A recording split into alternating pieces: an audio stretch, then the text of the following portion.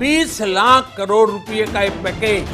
100 में से 99 लोगों की इनकम या तो कम हो गई है या वहीं की वही रही। अप्रैल से जून के बीच 74% एमएसएमई के किसी भी कारखाने ने या कंपनी ने नए लोगों को काम पर नहीं रखा है।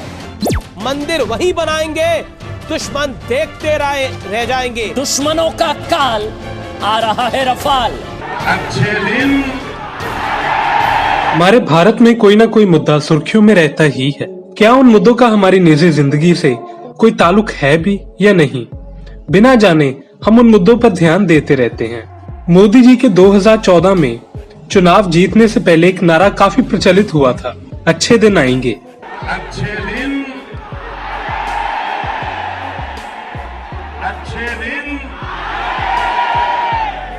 वाह, कितने अच्छे दिन आए ये तो अब आप सबके सामने ही है।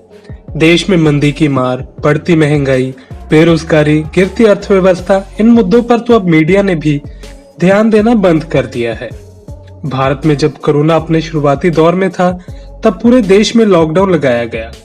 इस लॉकडाउन की वजह से कई लोगों की नौकरियां गई और कई लोगों की सैलरी में भी कटौती हुई। पूरे देश में मजदूर पैदल अपने घरों की ओर चल दिए। इस संकट में प्रधानमंत्री मोदी ने देश में एक ऐलान किया कि वे 20 लाख करोड़ का पैकेज दे रहे हैं। 20 लाख करोड़ रुपए का एक पैकेज 2020 में देश की विकास यात्रा को 20 लाख 2020 में आत्मनिर्भर भारत अभियान को एक नई गति देगा। कुछ रिपोर्ट्स की माने तो ये पैकेज 20 लाख करोड़ का नहीं बल्कि सिर्फ 2 लाख करोड़ के आसपास का है। मुद्दा जनता को मदद देने का था। क्या इस पैकेज से किसी आम जनता को फायदा हुआ? अब बात करते हैं लॉकडाउन की वजह से लोगों की आमदनी में क्या असर पड़ा है। CMIE संस्था ने हाल ही में इनकम सर्वे किया जिसमें उन्होंने लोगों से सवाल किया कि पिछले साल के मुकाबले आपकी इनकम में कितना इजाफा हुआ है। इस डाटा के मुताबिक अप्रैल 2020 में सिर्फ 9.6% लोगों ने कहा कि उनकी सैलरी में इजाफा हुआ। वहीं अगर मई 2020 की बात करें तो सिर्फ 6.1% लोगों ने कहा कि उनकी इनकम में इजाफा हुआ। वहीं अगर हाल ही के जून 2020 की बात करें तो ये आंकड़ा सिर्फ 4.4% तक रह गया, यानी कि तकरीबन 96% लोगों की आय या तो नहीं बढ़ी या फिर घटी है। अगर पिछले साल की बात करें तो अप्रैल जून 2019 के बीच 33% लोगों ने कहा था कि उनकी आय बढ़ी है। न्यूज क्लिकिंग पर अनुदय चक्रवर्ती ने इस डाटा पर अधिक जानकारी दी है और उन्होंने ये बताया कि लॉकडाउन का लोगों की इनकम पर कितना असर हुआ है। आप जानते हैं कि जो गरीब लोग हैं उनका इनकम ज़्यादा बढ़ता नहीं, उनका सैलरी बहुत दिनों तक एक ही चलता है। जो आपके घर में काम करते हैं वो कहते हैं कि थोड़ा बढ़ा दीजिए, लेकिन ज़्यादातर लोग 2-3 साल में एक बार बढ़ाते हैं, उससे पहले नहीं बढ़ाते। तो गरीब लोगों का इनकम बहुत कम बढ़ता है। खैर, अप्रैल से जून 2019 में जिनकी आय 6,000 से कम थी, 6,000 से कम फैमिली इनकम जैसे जो फैमिली थे महीने की, ऐसे लोगों में सिर्फ 14%, 100 में से 14 ऐसे थे जिनकी आय बढ़ी थी पिछले साल। और पिछले साल भी खराब था, अच्छा नहीं था।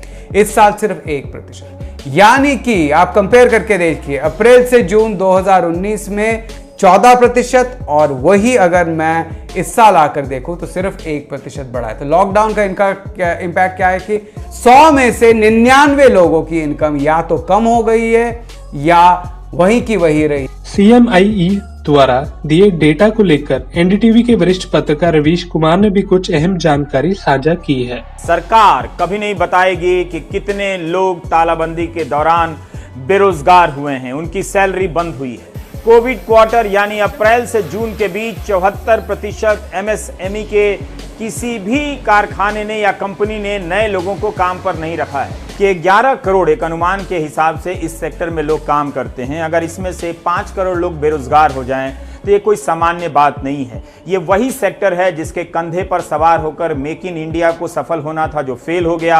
अब इसके कंधे पर आत्मनिर्भर भारत का बोझ डाला गया है, नई पैकेजिंग की गई है। अब जब 3 लाख करोड़ के पैकेज दिए गए हैं तो उनसे जोड़कर क्यों नहीं बताया जाता कि इतना रोजगार पैदा किया गया है, जबकि सच्चाई यह है, खुद इस सेक्टर के लोग 3-3 बार के सर्वे के बाद कह रहे हैं कि 2.5 से 2.5 करोड़ लोग अभी रोजगार खो चुके हैं और अगस्त तक और 1.5 करोड़ यानी 5 करोड़ 4 करोड़ और 5 करोड़ के बीच लोग रोजगार खो देंगे और इस पर कहीं कोई बात नहीं हो रही। वहीं राहुल गांधी ने भी एक ट्वीट किया जिसमें उन्होंने सरकार पर निशाना साधा है। उन्होंने लिखा कि कोरोना काल में सरकार की उपलब्धियां ये हैं। फरवरी में नमस्ते ट्रंप, मार्च मध्य प्रदेश में सरकार गिराई, अप्रैल मोमबत्ती जलवाई, मई सरकार की 6वीं सालगिरह, जून बिहार में वर्चुअल रैली और जुलाई में राजस्थान सरकार गिराने की कोशिश। इसलिए देश कोरोना की लड़ाई में आत्मनिर्भर है। इसके अलावा आप ये भी देखिए कि इस समय भी मेन स्ट्रीम मीडिया किन मुद्दों पर तवज्जो दे रहा है। दुश्मनों का काल, आ रहा है रफाल, स्वैग से करेंगे रफाल का स्वागत। आखिर सुशांत को मौत को आत्महत्या, सुशांत सिंह राजपूत सुसाइड केस की जांच का दायरा बढ़ता जा रहा है। सोनिया सेना की सरकार और मूवी माफिया सुशांत की मौत को आत्महत्या साबित करने में लगे हुए हैं। सुशांत उन गैंग्स के शिकार हुए जिन्होंने एक तरफ से बॉलीवुड पर कब्जा कर रखा है। राजस्थान में राजनीतिक दंगल अब भी चल रहा है। तमाम जगहों पर यह बताने की कोशिश की गई कि गवर्नर भारतीय जनता पार्टी के दबाव में काम कर रहे हैं। बार बार अशोक गहलोत कह रहे हैं। क्या किसी को अपनी पहचान छिपाने की जरूरत है? ये वो लोग कह रहे हैं जो जाति की राजनीति करते हैं। जवाब है नहीं। लोगों की जेब पर जो असर पड़ रहा है, इस पर मीडिया में डिबेट नहीं देखने को मिल रही। हम यही उम्मीद करेंगे कि आगे चलकर मीडिया इन मुद्दों पर भी ध्यान देना शुरू करेगा और सरकार से सवाल करना शुरू